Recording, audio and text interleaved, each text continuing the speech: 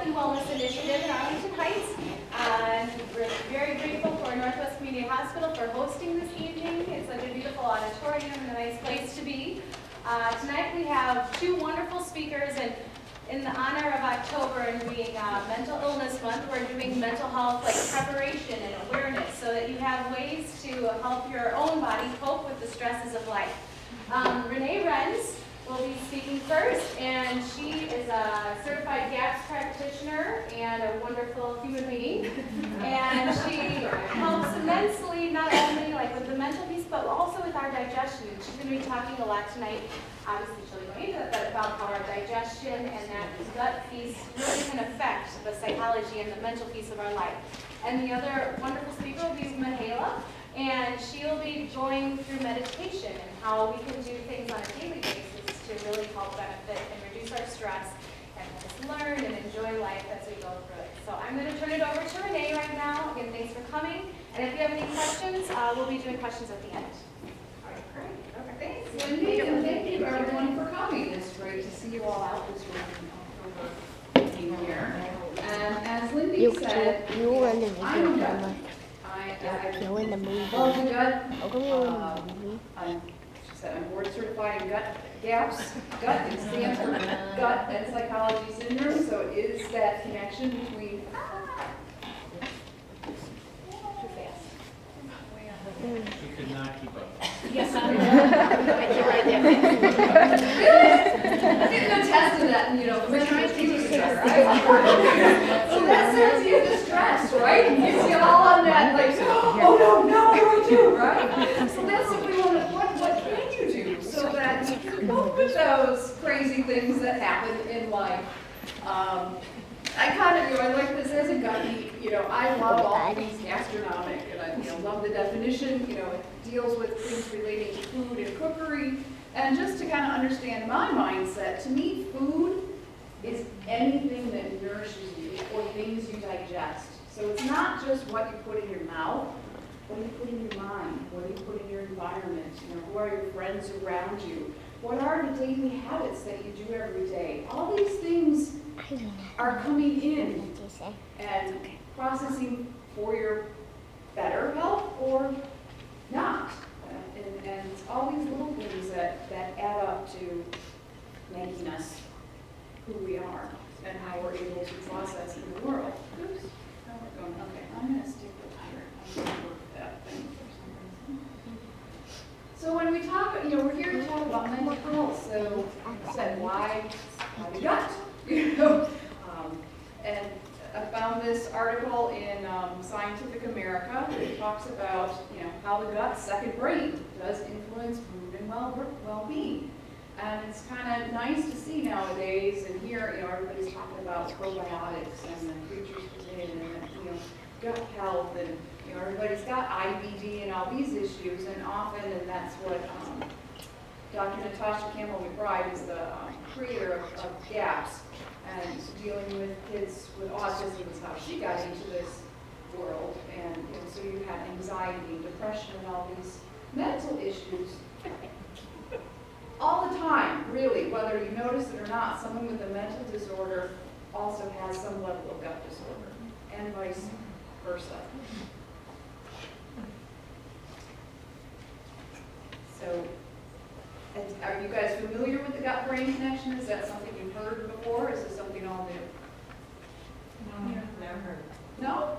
Okay. I guess it's the world I live in, so I see it everywhere. Okay.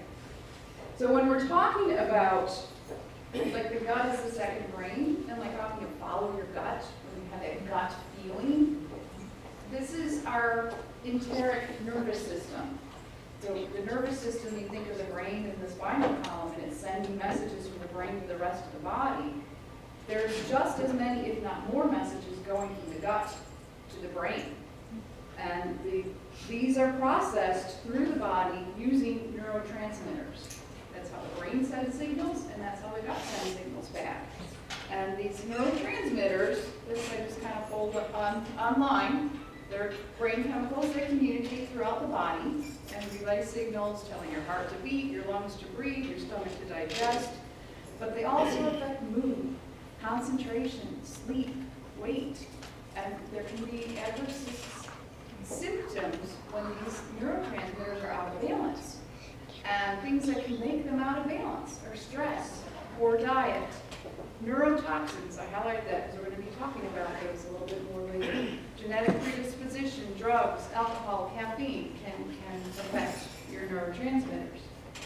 Some of the common neurotransmitters that you might have heard of are serotonin. This is one that tends to make somebody happy or calm or cheerful. Dopamine and noradrenaline give you that enthusiasm, energy to live, motivation and happiness. GABA is very calming. Beta endorphins actually deal with pain control and even self-esteem issues, and things like that are affected by neurotransmitters. And primarily, these neurotransmitters are produced within the gut. They're made from amino acids, which are what proteins are broken down into. So if you're ingesting proteins, we need our digestive system to break and to process those proteins down to the amino acids.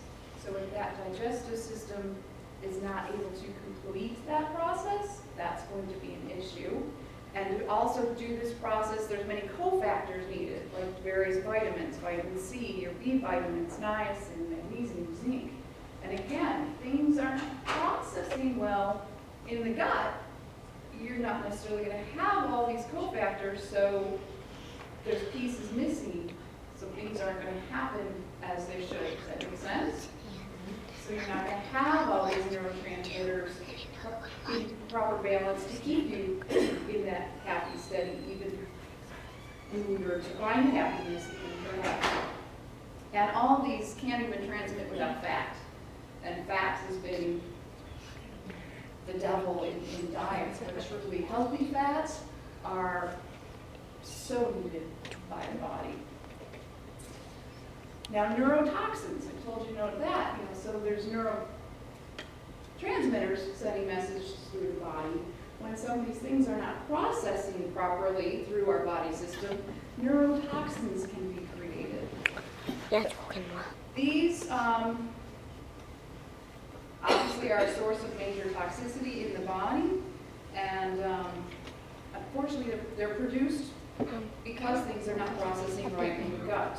Some of the common ones you would find would be acetaldehydes and alcohols. And these actually are byproducts created in the gut, in improper digestion, from candida and other yeasts that might live within us that are feeding on glucose and sugars, and they actually create an alcohol fermentation. So depending on what's going on in here, you could have your own little brewery right there, and creating alcohols. And then sometimes when you see young children, you gave them a little bag of goldfish crackers and they're eating their snack and they're super happy and they're hanging on and acting like they're drunk. They are. Because they're little breweries creating alcohol that passes through the brain and has those same effects. And you can feel hungover and you can have these effects. Just eating breads or things like that could create that in some people's body systems, depending on how they're acting right now.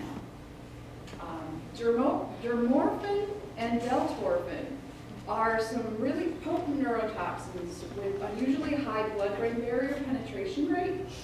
And these toxins are actually found on poison dart frogs. And they, a biochemist, Dr. Alan Friedman, identified these in autistic children. And what is thought is that there's a fungus within their systems that produces these neurotoxins. And then it's crossing into the brain and affecting mood and cognition and how they can react and relate to the world.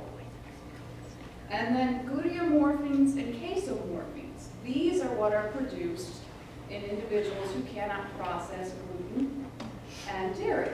So often individuals will go on that gluten-free, dairy-free, casein-free diet and see some results because they took those foods out because their body can't process them fully and creates these neurotoxins, which actually have very similar structures to opiates such as morphine or heroin.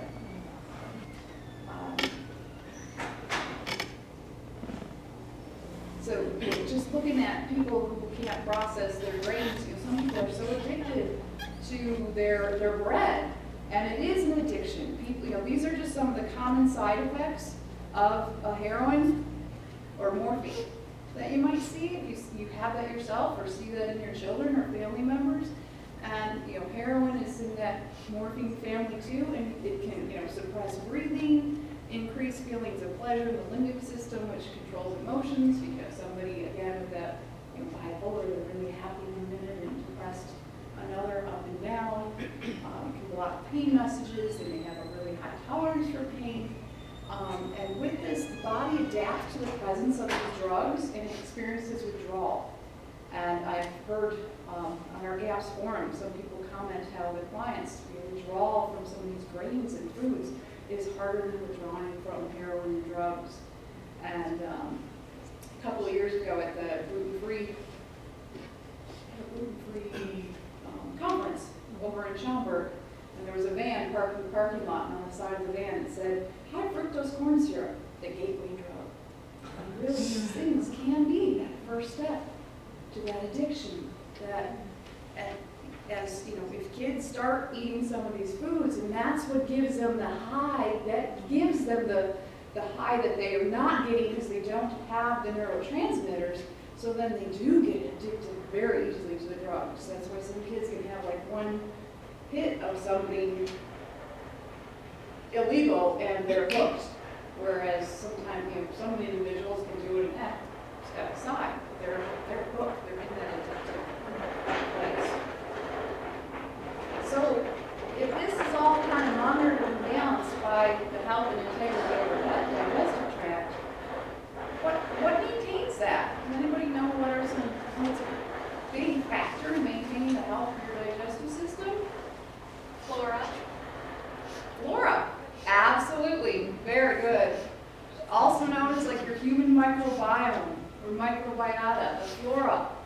And that's the big buzz now is that we have all these creatures living in us and on us. And it's understood that it's 10 to 1. For every cell that is a human cell, there are 10 other creatures, be they bacteria, fungus, yeast, amoebas, all kinds of little creatures. And these guys, they can perform many tasks that are incredibly useful to us and keep us well when they're in that right balance. And again, that right balance, that's why when there's like the teeny cantaloupe, and some people can eat that teeny cantaloupe and they're fine. Some people eat the teeny cantaloupe and they're incredibly ill. Well, if somebody had a healthy microbiome, that little bit of E. coli or whatever that came in there, their body system knows how to manage that. In fact, they have E. coli. We all have it in us. And in a healthy microbiome, your body can make E. coli do positive things for us and kind of make it our slave. But unfortunately, many of us have become slaves to those creatures within us. And this is just a few of the roles that gut flora or microbiota does for us. It protects us from invaders. So everything we eat or drink, if it's coming in with toxins or bacteria or something on it, it is that barrier from the outside world. Our digestive tract is basically a big tube from out the anus. Like our skin is a barrier to exposure of things. It's our inner skin. We're like big donuts. And so I always say your outer skin is a reflection of your inner skin. If you've got a lot of psoriasis or eczema or something on your outer skin, there's probably issues happening on the inner skin that need to be addressed to help that heal. If they maintain the health and integrity of the gut, of our digestive lining, these creatures in there help birth the endothelium cells, which line the small intestines. There's the microvilla that are in our small intestines, and the little cells that line them. They're born down in the crypts. We've got the villa and the crypts. They're born down here, and they age slough off and die. And bacteria down here kind of help generate them to be, they're the maternity ward and help them to be either really healthy or not. And when they're not healthy, that's when, they last a little bit longer than they should. They don't absorb, they don't have all the enzymes to break down the food like they should, and gaps open up, and that's where kind of that leaky gut concept comes from. And people, oh, you have leaky gut. Well, what does that mean? That means your digestive tract is not a tight place, and food then particles are not being broken down and properly or fully or completely, and things go into the bloodstream that normally shouldn't. And that can set up that cascade then for food sensitivities and autoimmune issues down the road. Kind of got ahead of myself. That they deal with that appropriate digestion and absorption, because if those epithelium cells are happy, healthy, and well, they will have the enzymes. They will break down those proteins into the amino acids and get proper form of things into the bloodstream that our body can use. They produce vitamins. Vitamin K2 is produced by gut flora. A lot of the B vitamins, B1, B2, B6, B12, and all, some of those B vitamins are factors in mental health. And they're also water-soluble vitamins, so unless we're getting that in our diet, when you need it, it may not be there, but if your gut flora can make them, it can. They aid the body in detoxification. They actually will chelate toxins and heavy metals. They neutralize toxic substances that we eat or drink.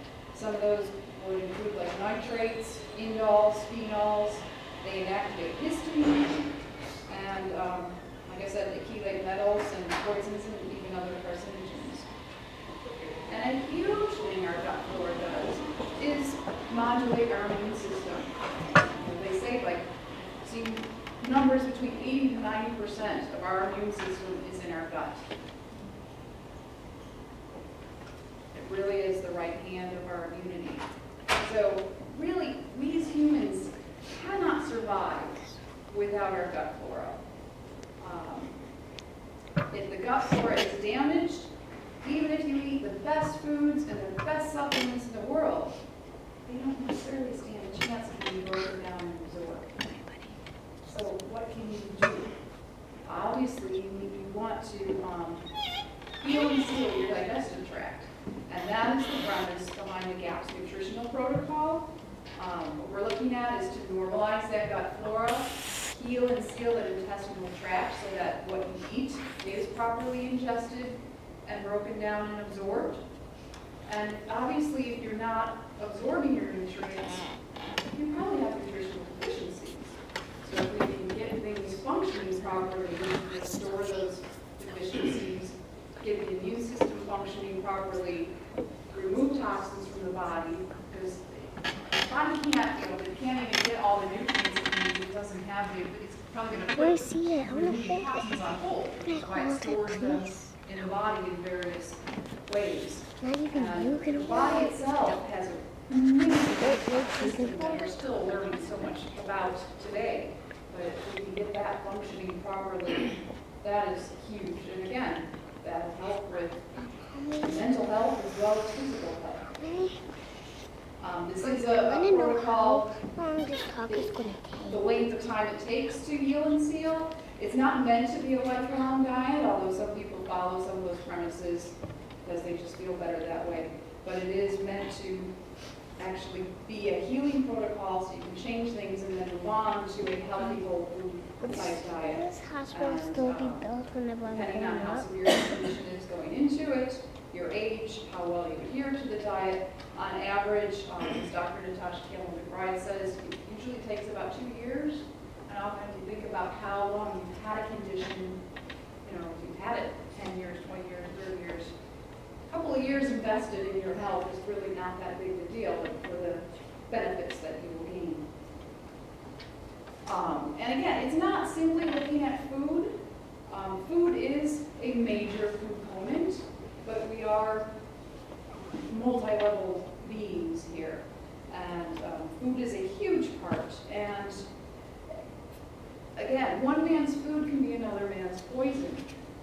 You hear about how fiber is great for the gut. It can break down into, in a healthy gut, it can become amino acids and minerals and organic acids, encourage absorption of toxins, help with electrolyte balance. But if your flora are damaged, again, and they can't work this fiber, the fiber becomes a wonderful food for the pathogenic bacteria. And they just, grow in there and aggravate the inflammation going on in your gut. So, GAPS diet is one that looks at taking out some of these fibers and hard to digest foods so you can get the right microbial balance in there to break that down. So you're removing grains, removing starches, sugars, processed foods, just plain unfermented milk, because again, lactose is a big molecule that's difficult to break down. But you're focusing on whole foods. I brought handouts here on the Weston A. Price Foundation. They're all about food farming and healing arts and education and a whole food diet. And an incredibly healing food is bone broth. And it's really simple and easy to make. And you can purchase it in many places online now as well. And ideally we're looking at pastured meats, healthy fats, so your fats from pastured animals, butter, coconut oil, olive oil are your good fats. Fermented foods are going to bring you in those probiotics through your food and your diet. Yes, you can go into supplementation too and take probiotics in capsules that way.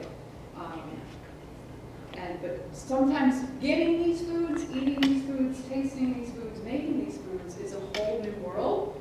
So that's one of the things I do is we have our Healing Foods classes where you can learn how to make bone broth, how to make fermented foods, how to make fermented beverages, how to make muffins and treats and things without any grains. It is possible, and speaking as someone who was never a cook, I can do this. And again, to source any of the pastured meats, that's why I bring forth the Weston Price information. And on there is our local chapter website for the Northwest Cook County suburbs.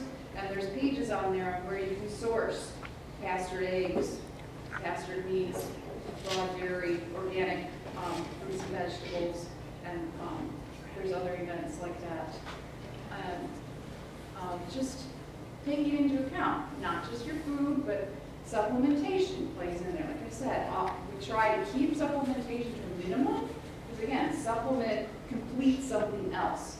So diet first, but key supplements that most everybody needs are those probiotics. Cod liver oil. It used to be something everybody took. I remember my mother saying how she used to take that as a kid. And that gets you your vitamin D, vitamin A, vitamin E, vitamin K, all those fat-soluble activators that help you utilize all your minerals and other nutrients. And that's been missing from our diet for quite some time. And believe me, it makes a world of difference. It is what it is, in terms of flavor, taking it down, but well worth the effort. And just looking at lifestyle. Again, your stress, how you manage that, which Mihaela will give us some methods on doing that. Just stopping and taking a good deep breath before you engage in conversation or confrontation with somebody, or even before a meal. Just to put your body into parasympathetic. I always confuse those two. So it calms down and ready, able to digest, to stop and breathe. And deep breathing is from the gut down through your abdomen, up through your chest. So a good thing to practice is to put a hand on your chest and a hand on your belly and take a good inhale. And you want to see which hand is moving more. And ideally you want it down on the gut. And I want to say it's often easier to practice in a supine position to feel that. Like a balloon down here in the gut. And then I mentioned things like daily detox. Everybody has these 21-day detox, 5-day detox, this cleanse, that cleanse. Truly, your daily habits should afford some kind of detox. Do you juice every day? taking a bath, an Epsom salt bath is an incredible detox. You know, not that everybody can necessarily get that every day, but hey, isn't that a great thing? If some simple things like that are ways we can look at really affecting our life. And what do you put on your skin? What kind of laundry detergent? You know, what's in contact with your skin creating this irritant and making you react? And you know, movement is key. If you're unhealthy, you don't want movement to actually be harmful. My own personal experience started with Tai Chi and finding some kind of movement that engages you within so that you come in contact. And again, using that breath. I always go back to the breath, and that's what homework I give to all my clients is breath work, because that's that connection to the here and now as well. And sleep.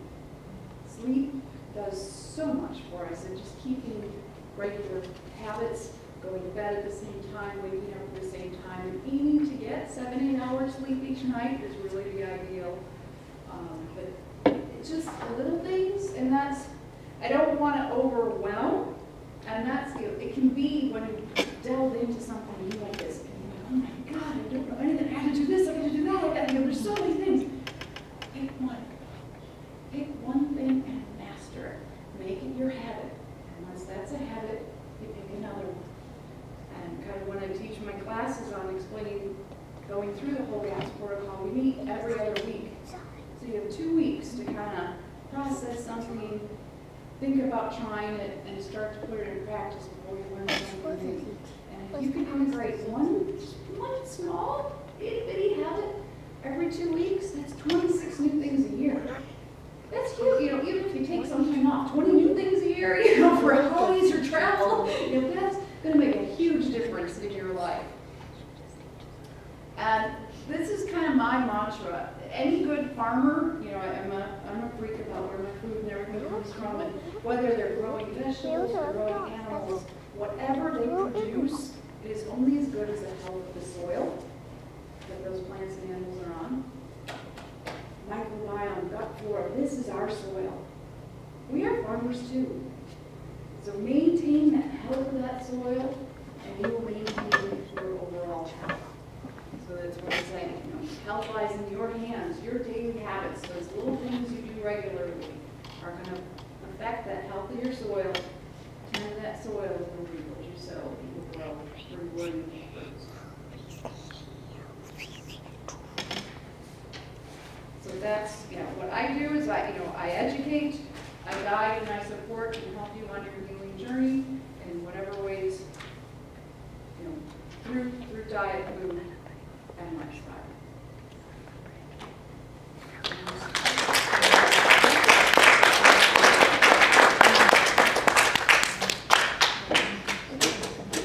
Now we can calm and adjust to meditation led by How come there's only two? How come there's two? Thank you all for coming today. Can you hear me, understand me? Okay. Speak louder. So I've been out of my house since 6:30 in the morning, so it's so good to have this meditation practice. I don't know how many of you have any exposure to meditation, and how many of you have tried it? Okay. How many of you are doing it every day? Okay. So on some level, probably you are doing it without knowing. But usual and regular meditation practice can help a lot. On your handout about meditation to distress, I put some quotes. And if you don't know, John Kabat-Zinn is one of the leading mindfulness people in this country. He started mindfulness research in the 70s or 80s when nobody talked about mindfulness. So he kind of bridged and brought the East to the West. And he did a lot of research and experiments over the years. You can find a lot of YouTube videos online. And he's really, really good. He's a very good speaker. And I love his quote here. He says, "You can't stop the waves, but you can learn to surf." So by starting to meditate, it's not that you are going to be so serene and nothing will touch you anymore, because you get like traffic, you get rained on, you get a lot of things during the day. Like today I had from 6:30, I worked until 4:30, then I drove to my classes that I was taught, then I come here to give a talk, then I go home. I'm a single parent, so you can imagine how life can be. But what meditation does is it doesn't stop the waves, so you still get hit by waves, but what it does, it helps you deal with them. So it helps you be calm, even though many things happen during the day that you cannot control them. So whatever you cannot control, it helps you control yourself, manage yourself, so that you can calmly go through those, no matter what happens. So that's the benefit. So it's not like it's going to change your spouse and make them nicer to you. It's going to change you so you can accept them or see them as they are much, much more. So what he says here, the second quote is, meditation is the only intentional and systematic human activity which at the bottom is about not trying to improve yourself, to get somewhere, but simply to realize where you are already. Because many times when people think about meditation, they visualize this perfect woman, very slim and pretty and so on, and being so serene and in some beautiful setting and so on. And it's not that actually. And Kate can maybe say, when you start to meditate daily, you see a lot of things inside yourself that are very hard to look at. So it's like you face yourself like big time. Any insecurities, any anxieties, any imperfections, they all come out. One of my teachers is in England, and he has a saying. He says that in the sun is where the lizards come out. So when you sit and meditate, like that light that comes in and you see all the lizards inside of you, sometimes it's like, wow, I don't want to meditate anymore. So at first, when you start, you may feel like, I want to give up. I'm in it for a week, I want to give up. I'm fine, I've done it, I'm okay. That's where you have to stay through and get through it, because it's unbelievable how much it helps. But we'll get more into this. So the part here about not trying to change yourself. When you sit, you just let everything be as it is. As it is. No change. You're hungry, you're hungry. You need to go to the restroom, just hold it a little bit. You need to scratch yourself, just hold it. So just holding that, it's like a tension. It's an unbelievable tension sometimes. Right now I meditate, but I meditate longer periods. And towards the end of the hour and a half, I get so tense, and so I want to scream, I want to move. And my will says, no, don't move, just stay there. And the more I stay, the more it gets tenser and tenser. Because it's all these habits of the mind. The mind is used to plan, or do this, or let me do this. I have a long list of to-dos. And it's saying to you, what are you doing here? Why are you wasting your time sitting? So when you sit, you actually see all that. You see all the habits of your mind. Everything is so plain and so, you don't want to see it sometimes. So that's what happens.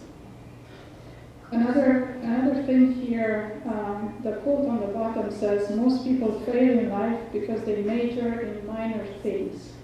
So I think when you start meditating, you actually start orienting yourself, and the fact that you are here today tells me that you start orienting yourself towards what matters most in life. And that's not your to-do list. It's not what you have to do right now. Like somebody texted you and you have to text back, or somebody called you and you have to call back. Why? The most important things in life may be your relationships, or they may be showing more love to your kids, or whatever it is that matters to you. It may be vocation. You may not have found the work that fulfills you inside. And so then you take steps towards those things. So most important things versus small things. I know, I think you quoted Albert Einstein. Einstein also said that people either see everything as a miracle or they see nothing as a miracle. Because as Renee said, the breath is so important.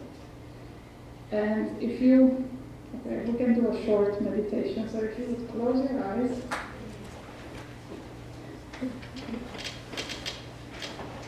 And let's just take a deep breath.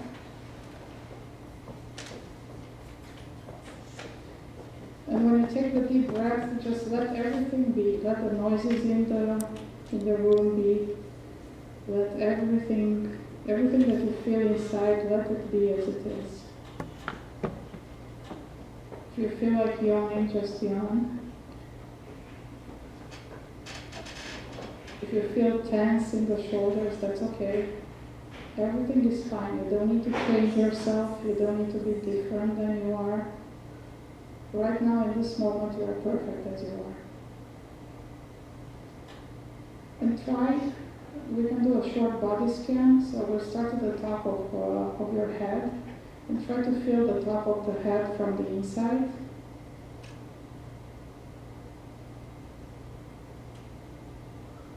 If you think about it, how many times do you really think about the top of your head? Probably just when you hit your head on something.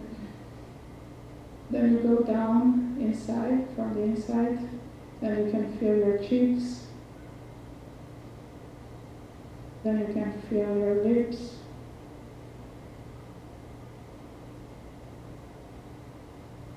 Then take a deep breath and feel the breath going through the throat.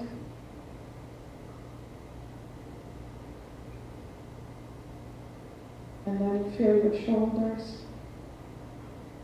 Again, don't try to relax them, just feel them. Just get acquainted with the feeling of your body, that's all. You feel your back all the way down. And feel your chest.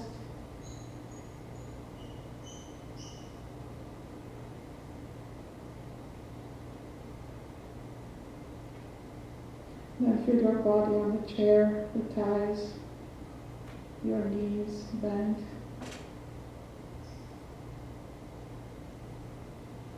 Then you can feel your calves and your ankles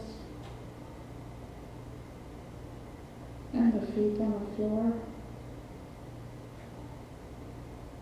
Feel your left arm and your left hand.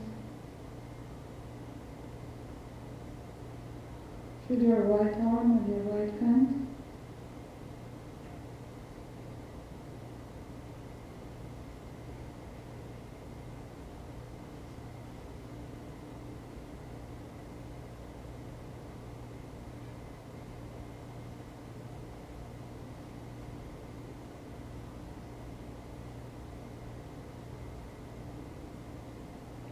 And that's all you need to do right now. That's just feeling yourself from the inside.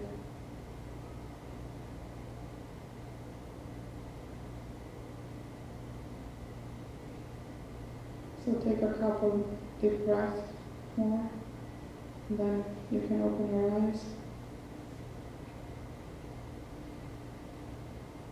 Whenever you're ready. So what you are doing now, you are putting attention on yourself. Usually all of us want attention from others, but we don't give ourselves attention during the day. So this is a very good practice to put the attention on yourself. To bring it to the body, to bring it to the breath, because the breath is the primary sensation in the body. And when you start breathing, you realize that it's not you who are breathing. It's like you're being breathed, which is very, very deep and very, it scared me when I first realized this. It really scared me. Because then you think, okay, what if it's going to stop, or, you know? So it's really, really scary. One thing on the second page of your handout, I wanted to to bring up this, that there are two realities, and we get stressed when we're in the reality of the thinking, of the thoughts, versus when we're in the reality of our bodies, of the physical reality. So the thoughts are covering the actual physical reality. Something that happens to you, you may be so stressed about it, but other people may welcome it, or they may not care about it. So it's all in how we perceive the world, and each of us have their own way to perceive the world. So what's very, very important that during the day we stop, because in this crazy, crazy society, we never stop. So you can stop. One easy way to stop, you go to the restroom, you stop thinking of anything except of your body. You wash your hands, and when you wash your hands, you think about the water coming from the streams. It's coming so many miles, it has been in clouds that poured over, like right now, in seas. So it's all this cycle of nature that we are part of, and we don't even realize it. We're not just made of body cells, we're made of sun, we're made of rain, we're made of everything that's around us. And we don't realize it. That's why Einstein said that it's either everything is a miracle when you realize this, or nothing is a miracle when you take everything for granted. And most of the time we go through the day and we take everything for granted. So the stress is in our heads, basically. And to drop into the body, that's what you pay attention to the breath, or wash your hands and really pay attention, or pinch yourself. Sometimes pinching yourself breaks up that consistent mind chatter, and it brings you into the body. And I put some more ideas here on how to drop into the body. And another thing is to observe yourself. When are you the most stressed? Is it with a certain person? Is it with a certain thing? So it may be public speaking, or it may be dealing with people one-on-one, or it may be only with your boss. I don't know. So you need to observe yourself. Another thing that I observed in myself is my emotional type of journal. I used to have a lot of depression when I was younger. So I realized that I'm a very easily depressed person. But with meditation, if you sit with it, you sit with your depression, it's not pleasant at all, but it goes away much quickly. So the more you meditate and the more you sit with it and let it be without trying to change it. Because when we try to change something, we actually augment it in many times. So then it goes away. I like this, on the third page, I like this picture here. It says what screws us up most in life is the picture in our head of how it is supposed to be. So we think that our spouse is supposed to be wonderful, or catering to our needs every day, or that work should be extremely fulfilling. Why? So all the time we are fed, like Renee said, it's what you put in your body, but what you put in here too, what you listen on TV. If you keep on listening to those ads that say only skinny women are beautiful and young women are beautiful, not older women, then you get all this tension, oh my gosh, I'm getting old. So all these pictures, we always have a picture for everything. What's the idea? And then now that the idea, oh my gosh, I'm stressed. So examining all this takes a lot of courage. And that's what meditation actually does for us without us knowing. It's like it's burning up all those ideal images. And right now, even my kids at home, they can't watch a commercial without laughing because they know it's silly. They know it's not true. They come to me and say, Mommy, I saw this, and those people were smiling and blah because they were chewing gum. And I know this is not true. So they can catch. So once you catch all this, you're not taken for a ride by anything. So that's again what meditation does. You're not taken for a ride by whatever you have in your head. from parents, from society, from your cultural upbringing, your neighborhood. We're so prejudiced and biased in ourselves, and we don't even know it. Only when we behave in certain ways towards some people, then we realize, oh my gosh, I thought I'm not a racist, but I just did whatever. So, then you look inside yourself and you see what's inside there. So this is really, really good to examine. The other thing our mind does, and you can think of the mind as a tool to grasp reality. That's why as a society we are so advanced technologically, because the mind, by its scientific workings, created the dishwasher, the washing machine, the planes, the rockets. So we grasped reality really good. That's why out of all the species, we are the one that evolved and is taken over the planet. No other species is doing this. So the mind is good at that. But it works, it has a lot of shortcuts. Like I put this one on the bottom here.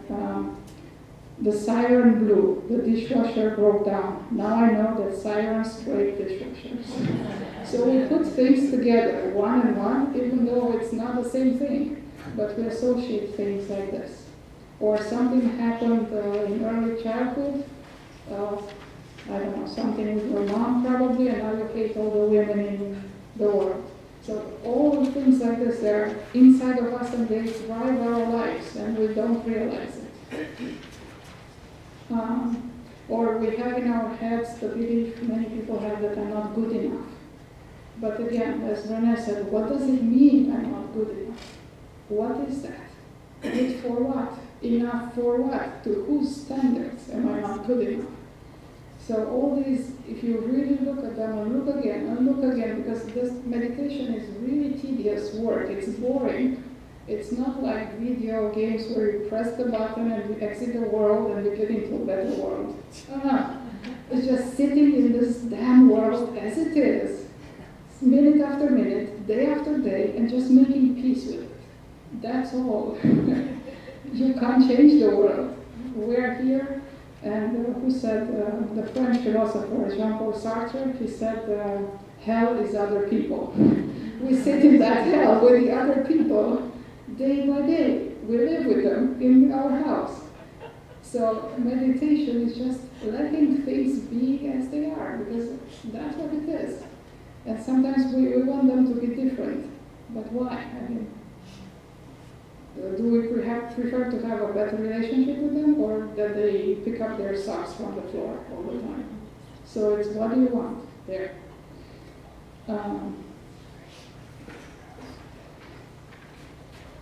In terms of, I don't know, we have maybe 5 minutes. So simple things that you can do. You are stressed during the day. Go to the restroom. Even if there is nothing you need to do there, just go to the restroom, wash your hands, and be mindful when you wash. Very, very simple. Or feel your breath. Just a few breaths. You're in the car. I go to work, then when I stop in the driveway, I never enter my house before I take a few deep breaths. Because I need to, and during the drive home, I have all kinds of tapes, and I have Eckhart Tolle, I have all kinds of things that I know put me in that mood of receiving my children, of getting ready for them. So I need to have that break between work and home. Or I go from home in the morning to the work, same thing. So put breaks in between big portions of your day, which can be very simple breaks. Yes? Do you have a similar ritual for, since this is about mindfulness and nutrition, before you eat? Yeah, but I struggle with that because I gulp it down in 2 seconds. So, yes. But I have something which maybe, so one thing we do as a family, I always talk to my kids that the food you eat right now, so be mindful not to waste it. That's one thing. So if you put it in your plate and you eat, don't throw away. But we always think about where the food comes from, and this calms down and brings the mind to the food. So, for instance, the avocados are from Puerto Rico, and all the people that got them, harvested them, then the truckers that took them all the way to the grocery stores, then the guys in the grocery stores that put stickers on them, and the people at the cashier. So all that brings you back into the body, into the world, into what is. But I try to just slow down. And if it's ice cream or chocolate, it doesn't work. It doesn't work. Yes. Or that. Yes. Yeah. But another thing that happened, I stopped drinking. Like alcohol, I cannot drink alcohol anymore. Because of, I don't know if it's because of meditation, but I just cannot take it anymore. Coffee, I still drink lots of coffee, so that may come in 10 years from now, I don't know. But alcohol is like, and I used to drink normal, like everybody. So emotions, they regulate, and they are not like so, all those waters that we talked about, learning how to serve them, they become much, much smaller. And even if it's a big one, I started a new job 2 weeks ago. It took me a week to get into it. If it were before I started meditating, I would have been like nowhere to be found. So I'm taking classes, also, so I have homework to do, I have lots of other engagements. And I just take it one thing at a time.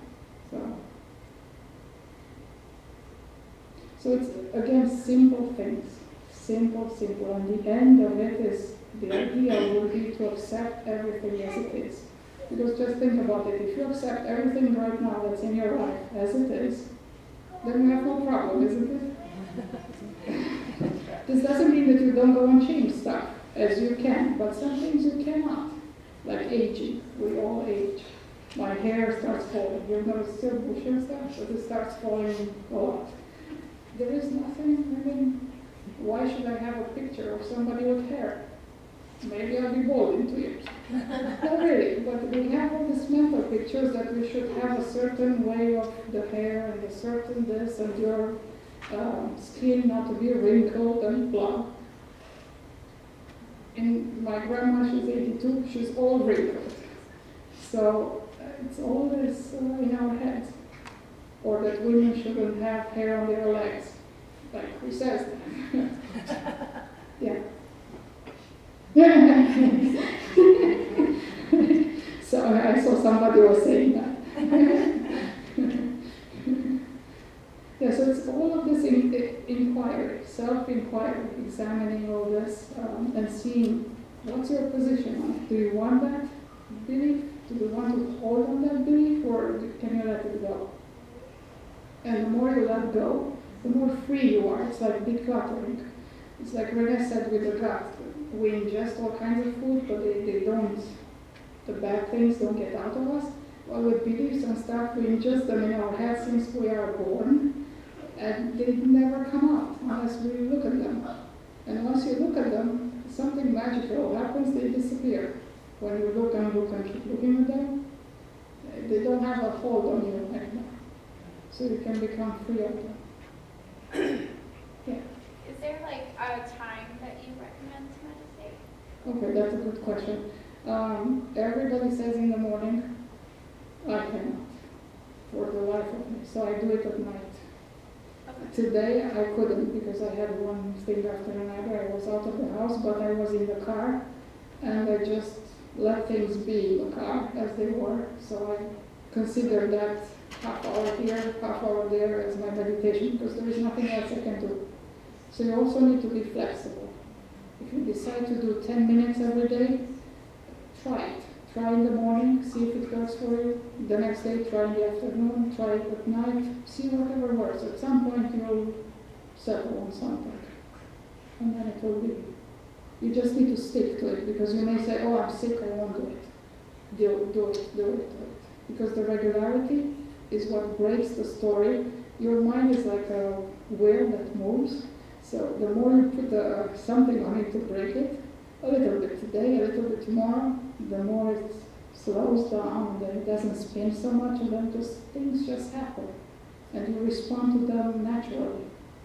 It's like the higher intelligence of the world takes over, like intuition is much higher. A lot of times I just act, but I don't know who did what. This doesn't mean you're irresponsible, I didn't do it. It's the higher intelligence. No. Yeah. So, what else? On the back of the handout, I put resources. One book I recommend, and this is relevant for me because I'm in work shift. I shifted so many careers and stuff. This book called Work is the first one in the handout. And in the back, this is from a Vietnamese monk. And in the back, he has a lot of tips on what to do to slow down during the day. The second one here, I love this lady. If you heard about Byron Katie, have you heard about it? And she has online. You can also go online and find what's called The Work of Byron Katie. And she has 2 wonderful books. I recommend them like big time. Because she tries to inquire into the beliefs that I need love from others, I need attention. Is it true? So she has these 4 questions that she asks. It's really, really interesting. Then if you like to listen to videos, there are a lot on about meditation by Eckhart Tolle, by John Kabat-Zinn. And if you want to start a meditation practice, also this Vietnamese monk, Thich Nhat Hanh, has a small book, very small book, like a pocket book. It's called Making Space.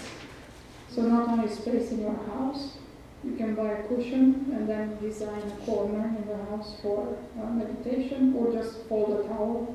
Simple, you don't have to go too much. And make the space during the day to sit and come back to that place. And that's the space that you'll use for meditating. And then for anybody that looks for vocation and trying to find what their purpose or so on, there is a CD set, Finding Your Passion by Cheryl Richardson. So you can use that. Any questions? Or thank you so much. Yes. I'm from the old country, or the old continent, and I read something called sophrology. Have you heard of that? It's great. I'm from the older I continent. can't find it here anywhere. You go into this state before sleep, and actually, it's relaxation, and you go out of your body, and that's what works for me. But I cannot find it, so I thought maybe. I usually keep it very simple. I do a counting breath meditation, so I count up to 10, and then I start again 1, 2, 3, up to 10, and so on. So it's very simple. I know there are a lot of transcendental meditation. They sell you a mantra for $3,000. I can sell it to you for $500. Anything. So I try to keep it simple. But usually before sleep, it's really good because it's also relaxing you and preparing you for sleep. And like athletes do it before they do competitions. Yes. They helped me for like in my exams, and I cannot find it anywhere here. Yeah, I do that. I teach math, so I tutor a lot. So I do a few breath meditation before I start doing math with the kids. Unbelievable. Their attention comes back to here, and then you can do math with them. Otherwise, their attention is wherever. Since they're high school, it's like boyfriend, girlfriend, to sit down. So it brings them back to the room and to math. So thank you for pointing that out. Yeah. You recommend practices like yoga, and I know you mentioned Tai Chi. Yeah, so I guess it depends on the person. Some people are more exuberant, so yoga, they like to dance. So anything where you can live and actually be yourself and not be with your mind somewhere else. If you pay attention to it, even eating ice cream is perfect. And really, anything. Playing with your grandchild with a ball or something. Anything is perfect. The purpose is to enjoy life and to live, to actually live.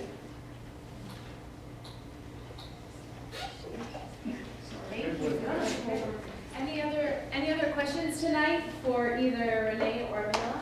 Yes. One of the most difficult things I deal with is living in the now, and the way things are, which I do. I work really hard at doing that. I'm become comfortable with it. But the hardest thing is there are so many people who need help that you really can't do very much about. And I guess I just struggle sometimes with the idea of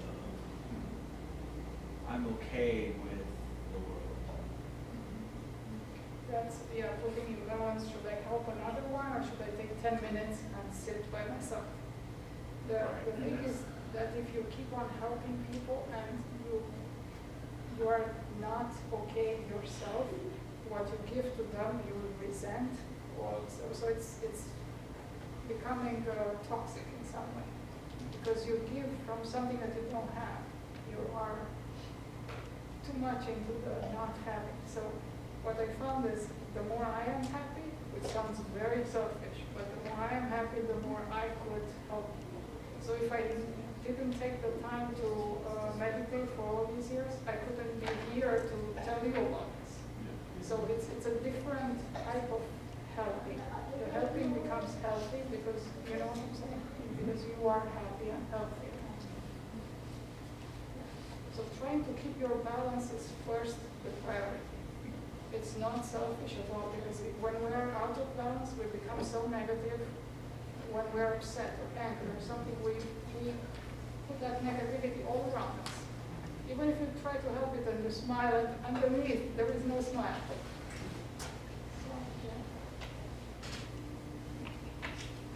Any other questions tonight? I'd like to give a big thanks to Renee and Mihaela again, and thank you all for coming tonight.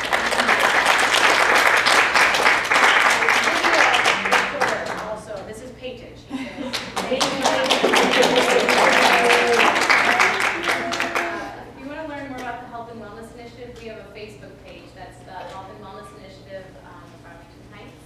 And also, if you didn't get one of the handouts, you can leave a piece of paper, and if you would write your email, I can send it to you. Okay? Great, thank you so much. Thank you.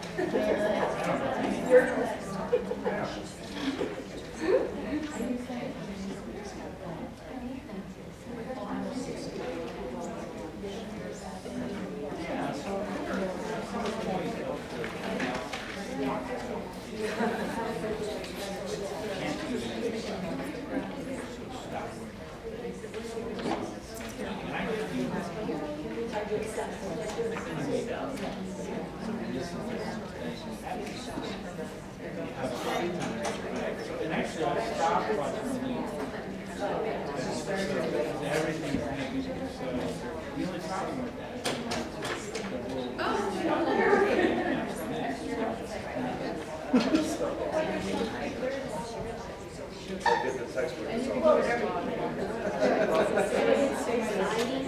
what to be okay with accepting your now-ness. But then there's that balance of one person, whatever it is. So when I hear what she's saying, it's that balance of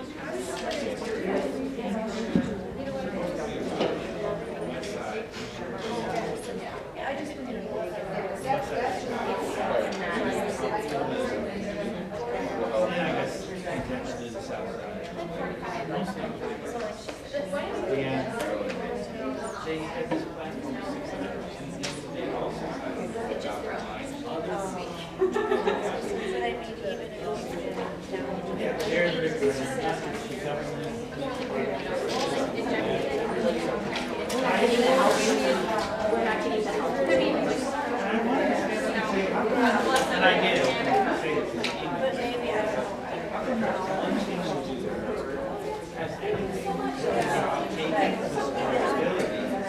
Well, why?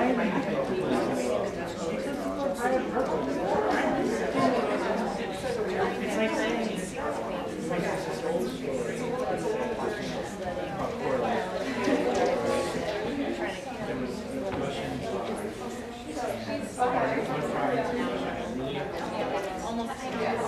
illness. So he ordered all the doctors. Because he correlated a lot of doctors. That the doctors are causing illness.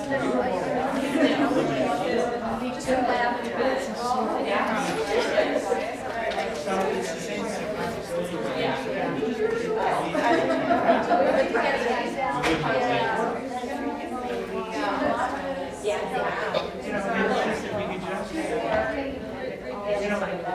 and I think so.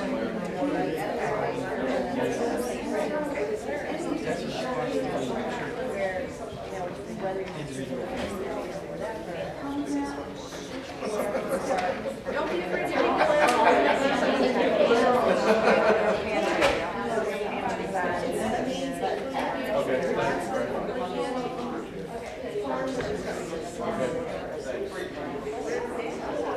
It is.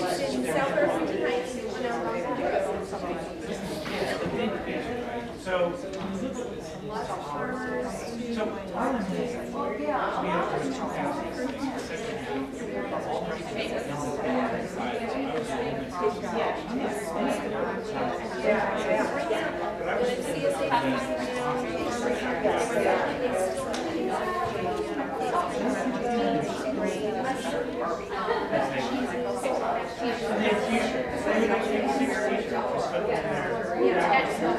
some people that were there. These are church members from the local place.